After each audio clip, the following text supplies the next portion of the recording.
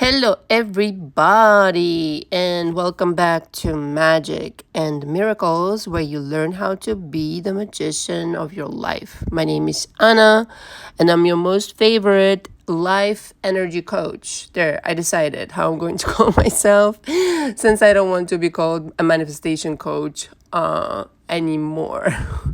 All the information from me is below. I have a very specific way of coaching.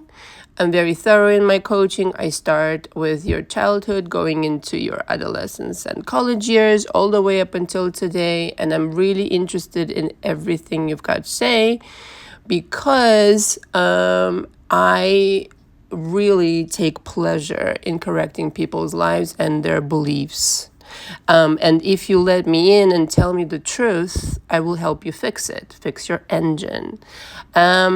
And that's really how specific you have to be when you start to understand how to really manifest crazy fast. Because when you make do with you, when you make good friends with yourself and you're aware of all the in and outs and you know how to deal with even the so-called weaknesses, you can really achieve spectacular results. So I coach 2 to 3 times per week. It's a really intense kind of scheduling, but that's my belief that it's more effective in that way because you really just get to attack the issue, as it were, and not dilly-dally. I'm not a believer, especially if you're coming in, as a fresh client, to do it once a week, or even I've heard crazy stories like once a month. That's disaster. Come, please. You really need to attack the beast. You really need to extract all the knowledge, all the golden nuggets that you're looking for out of your mind, that will help you understand yourself better and correct what you need to correct. Okay, so I just wanted to pop in really quick and remind everybody tomorrow we're having a live at 5 p.m. Eastern Standard Time. And the topic of the live is like it never happened. The thing that I forgot to explain also is that you need to stay with me 2 to 3 months, okay? In coaching, I mean. That's the amount that really gives me a chance to go through all my coaching program, the entirety of it, and to be able to leave you in a good place. Sometimes it's more depending, okay? I don't know your story, you know your story, but on average, let's just say 2 to 3 months is more than enough for me to do that. And like I said, leave you in a very stable place where you know exactly what to do. You've already experienced shift within your consciousness and looking at things differently, very differently. And respecting yourself much more. In other words, once you complete my coaching, you're never left in the dark what you have to do. I give like 250% to each and every single one of my clients. So, and I do the sessions over Zoom and over phone calls. And everything's recorded for posterity and for my notes, which I take an extraordinary amount of. So what the life is going to be, back to life now, it's going to be about is making the jump at will between parallel realities. And so if you wanted to jump into a parallel reality of your choosing, and pretend that certain things didn't play out, like you remember them from the other reality to have happened. That's what the talk is going to be about. And I have a really good video also on my channel, Changing the Past. I'm going to start making a few of those videos, or maybe do a live of those, like having the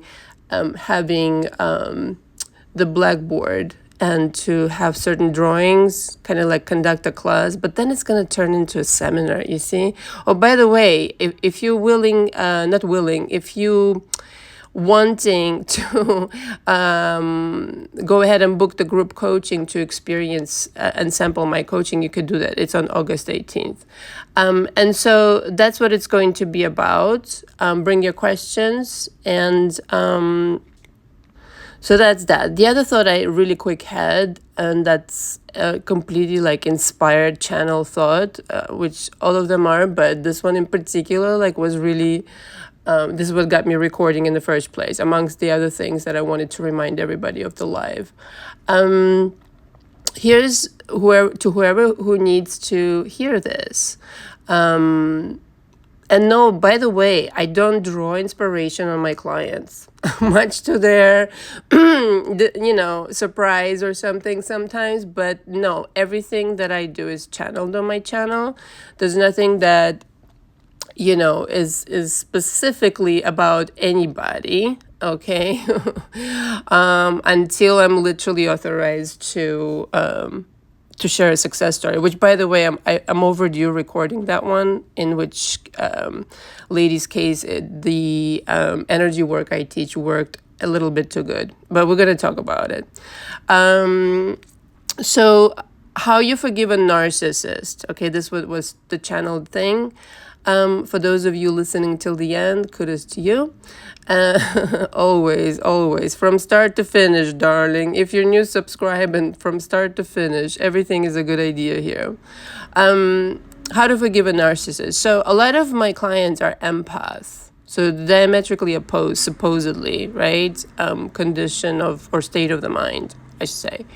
So imagine that a narcissist is also in pain, meaning both of you went through something. I feel, in order to become an empath, you have to go through something and to choose a different route consciously, to be of help, to be kind, to be, well-meaning, etc. The narcissist chooses a different route and still a survival mechanism. Like, for example, empaths a lot of the time become people pleasers. And that's their survival mode, meaning like if everybody's happy, I'm not in trouble, I'm going to, feel better about myself and I'm going to feel calm. That's going to satisfy me, essentially. For the narcissist is the opposite. Okay, imagine you're in so much pain that everything about you feel is inadequate, completely wrong. And again, this goes back to childhood, just like for everybody else. Somebody was traumatized, childhood of neglect, different abuse, different kinds of things, right? And so now, in order to protect yourself and survive, now you gotta completely make sure that everything on the outside is perfect in order for you to be safe. In other words, you've seen such fucking fucked up bullshit and it affected you so deeply that anything less than perfection, which you're obsessed with, makes you feel unsafe. Okay? And so they're in chase of that perfection, completely having buried their feelings. It isn't true that they don't have feelings. They feel love. They can fall in love. They can, experience emotion. It isn't that. And by the way, everybody's on the spectrum. So, there's some really bad cases and there's some like, yeah, okay, whatever cases kind of deal. You can almost pass for a normal person. You know what I mean? So, and I've changed those. So like when you're changing a narcissist, it's, it has to do quite, for me, all right, the way I see it, it has to very much do, with the amount of damage they have done to you, right? That's it. If they were just a little bit like, whatever, standoffish and braggadocious, like who gives a shit, right? It's when they start to literally cause you harm and to the degree to which that was done, okay? Some of them don't even realize actually like what the fuck they do in terms of, coming off to people a certain way or, not having this like depth about themselves, which is again not true. They feel even more deeply than you will ever know. Like imagine, okay, so for empaths, I'm talking, sometimes you really feel critical of yourself, don't you? Yeah. So now imagine that, but magnify that by, 100 or 1,000. That's a narcissist. That's how fucking crazy, worried, paranoid, depressed, even in some cases, they feel throughout the entirety of their life. So when you're talking about revenge on a narcissist also, it's like, it's already there. What are you talking about? You have no idea how morbid somebody has to feel in order to go out their way to hurt somebody on purpose and to get pleasure out of that, because they're not able to deal with their own pain. They would rather see you act it out for them, almost, kind of deal. So when you understand essentially that they are, that's the mechanism that makes them feel safe. Okay, really kind of crazy situation. Nevertheless, that's what they feel safe. They will run away from something that makes them starts making them question their ways, because you're impeding on their safety. If you start uncovering things about them and you talk, publicly about them, they're gonna start smearing you because they're so angry that the truth is out. They're scared of the truth because the truth is, to them, is so ugly that they would do absolutely anything to protect themselves and not uncover it. And so the smearing campaign and all that stuff. So if you are having a problem letting go of anger or resentment towards a narcissist, just understand they live in hell. Okay, and whatever surface, like bullshit that they do, it's simply to even feel anything different other than the hell that they are feeling. And it sure is done in a very confusing way, in a very crazy way, but that's all they can do, coming from the hell that they live in. So I hope that helps somebody. I really, meant to channel this and record it for somebody. I really feel like it's gonna, when I'm recording my messages, I hear voices in my head, like who it is that's gonna resonate with, not literal voices, but I have an idea of what the feedback will be. So I feel like this will resonate with a lot of people. Okay, if you have any questions about my coaching, the info is again below. And can wait to see everybody during the live tomorrow. Ciao, Kakao!